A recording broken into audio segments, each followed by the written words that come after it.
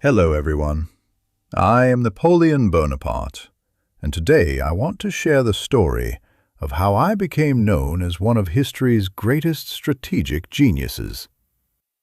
I was born on the 15th of August, 1769, on the island of Corsica, during a time of great turmoil.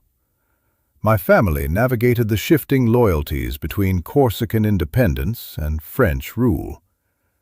From a young age, I was sent to military school in France, where I faced bullying due to my Corsican accent and small stature. But I channeled that energy into my studies, especially in mathematics, history, and artillery tactics. I devoured books on great commanders like Alexander the Great and Caesar, dreaming of glory. When the French Revolution broke out in 1789, it opened doors for ambitious young officers like me. My first major breakthrough came in 1793 at the siege of Toulon. As a young artillery captain, I spotted a key position and led a bold assault on Fort Leguillet. Despite being wounded, I directed the guns that forced the British and Royalists to retreat. That victory earned me promotion to Brigadier General at just 24 years old. In 1795, Paris was engulfed in chaos. Royalist mobs threatened the very fabric of the government. I took decisive action, positioning my cannons with precision and unleashing grape shot to scatter the crowds. This bold move catapulted me to the role of Commander of the Army of the Interior at just 26 years old. The following year, in 1796, I was entrusted with the command of the ragged army of Italy. My soldiers were hungry, poorly equipped, and demoralized. Yet, I ignited their spirits with fiery speeches, promising them glory and riches. I implemented strategies of speed and surprise, executing rapid marches, and dividing my forces into self-contained corps. This allowed us to move quickly, striking hard, and reuniting when the moment was right. Throughout the Italian campaign, I faced larger Austrian and Piedmontese forces. However, through clever maneuvers and relentless determination, I secured victory after victory, ultimately forcing Austria to the negotiating table. My bold Egyptian campaign in 1798 was a gamble, taking 40,000 men and scientists across the Mediterranean. We achieved a stunning victory at the Battle of the Pyramids. Though my fleet was destroyed by the British at the Nile, I skillfully used propaganda to return to France as a hero, solidifying my reputation and influence. By 1799, France was in turmoil. The revolution had left the nation divided and unstable. I seized power in a coup, becoming first consul. In 1804, I crowned myself emperor in a grand ceremony at Notre Dame, taking the crown with my own hands. I believed the French people craved strong leadership, and I delivered it. My vision for France was clear, a powerful nation that could stand tall among its rivals. I implemented reforms in education, law, and the economy, laying the groundwork for a modern state. My ambition knew no bounds, and I sought to expand French influence across Europe. My strategic genius reached its peak in 1805 at the Battle of Austerlitz, my greatest victory.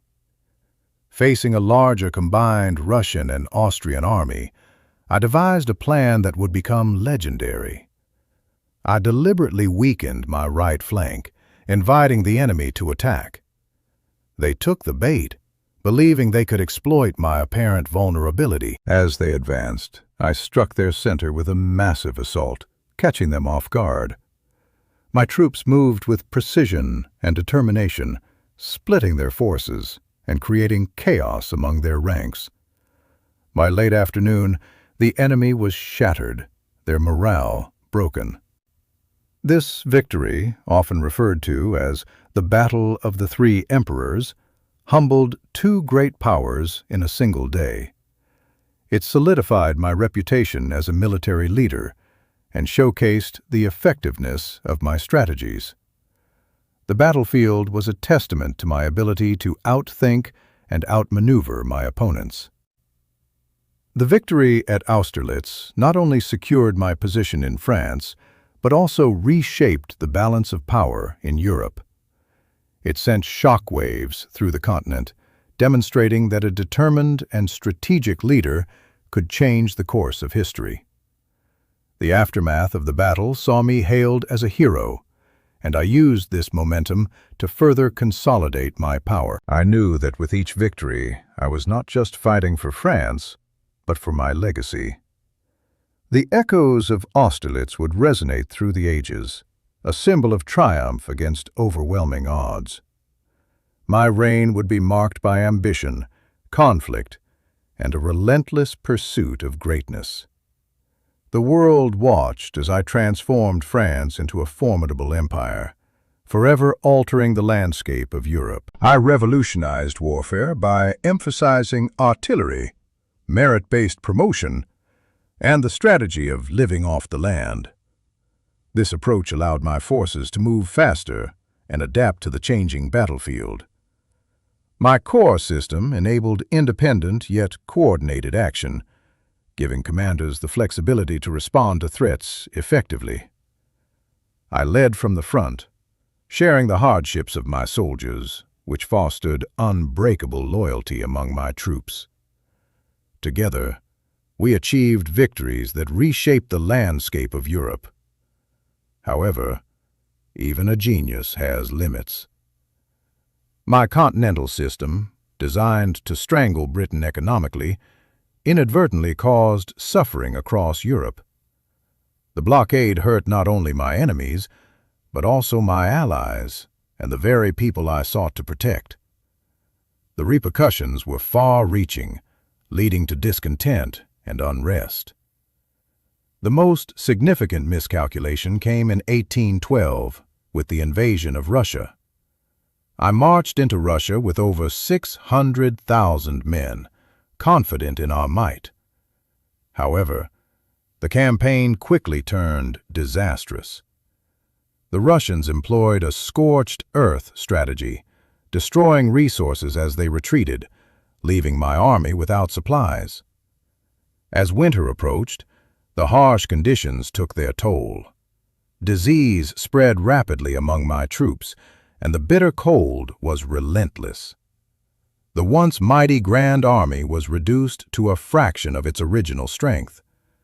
The campaign ended in catastrophe, with only a small number of soldiers making it back home. This failure marked a turning point in my military career and the fate of my empire. It was a harsh reminder that even the most brilliant strategies can falter against the realities of war. My ambitions had led to great achievements, but they also brought about my downfall. The lessons learned from these experiences would echo throughout history, serving as a testament to the complexities of leadership and the unpredictable nature of warfare. In the end, I was left to reflect on the cost of my aspirations and the sacrifices made by those who followed me into battle.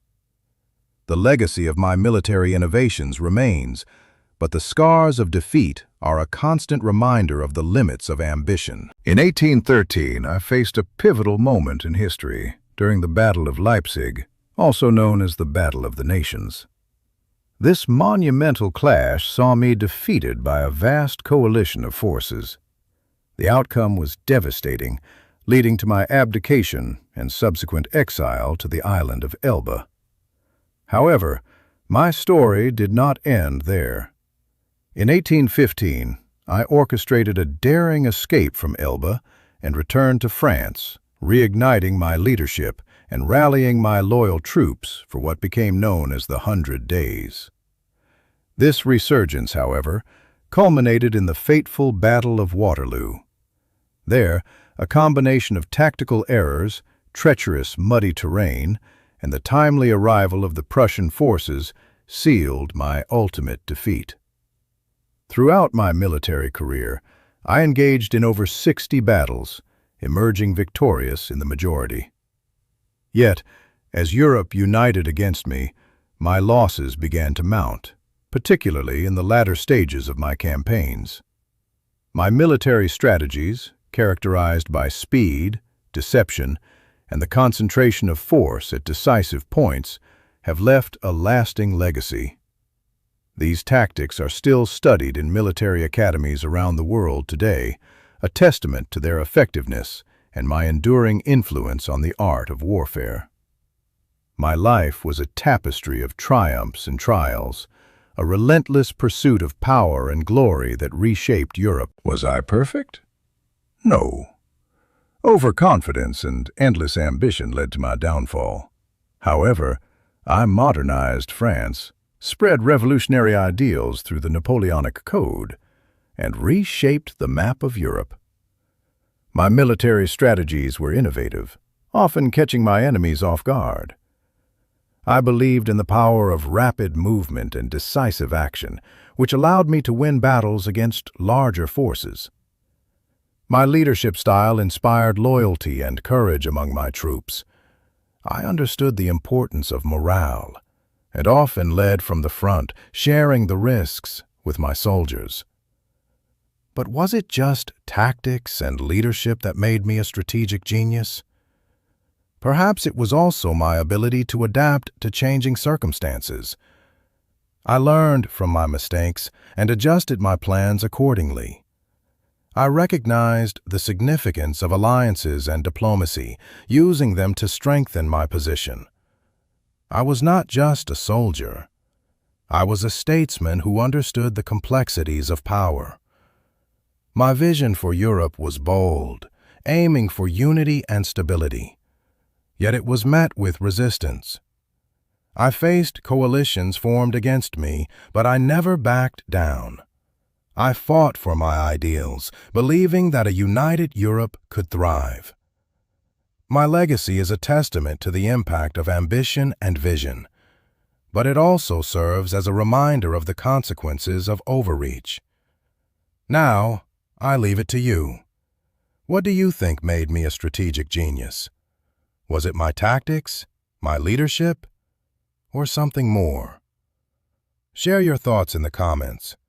If you enjoyed hearing my story from my own perspective, please like this video, share it with friends who love history, and subscribe for more fascinating stories. Thank you for watching, and I'll see you in the next one.